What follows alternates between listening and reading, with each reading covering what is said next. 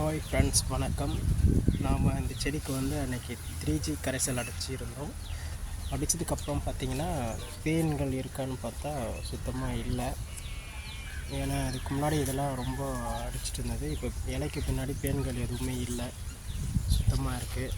அப்புறம் பார்த்திங்கன்னா நிறைய பூக்கள் விட்டுருக்குறாங்க. காயிலையும் பார்த்திங்கன்னா சொத்தையே இல்லை. காயெல்லாம் பார்த்திங்கன்னா நல்லா இருக்குது, சொத்தை இல்லை.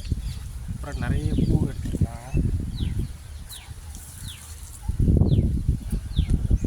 நிறைய பூக்கள் இருக்குது.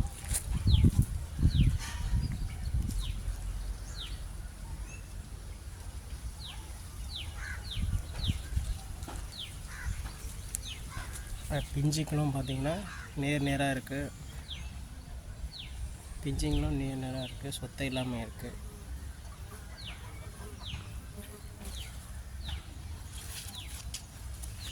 இந்த மாதிரி பிஞ்சு இருந்துச்சுன்னா ஏதோ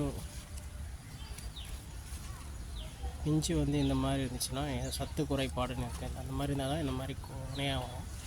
அந்த மாதிரி வரக்கூடாது. அதுக்கு நம்ம போரான் யூஸ் பண்ணணும். இப்போ பார்த்திங்கன்னா பாருங்கள், இந்த செடியில் எவ்வளோ பிஞ்சுக்கள் இருக்குதுன்னு. காயும் நல்லா ஷைனிங்காக இருக்குது.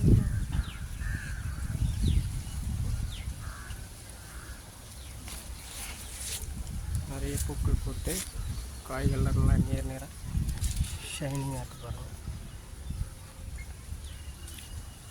இப்போ நாம் இதுக்கு என்ன பண்ணணும்னா, இன்னும் நிறைய காய்கள் வரணும் அப்படின்னா நமக்கு தேமோர் கரைசல் அடிக்கணும்.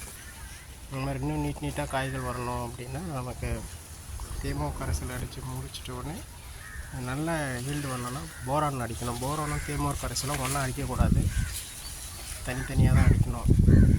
பாருங்கள், உங்களே நல்லா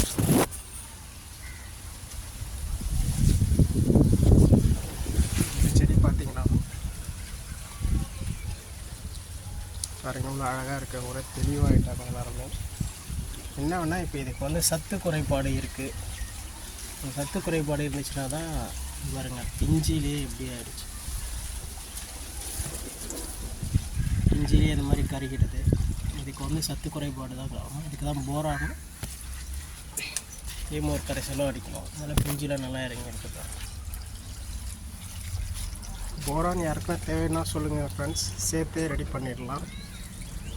நன்றி.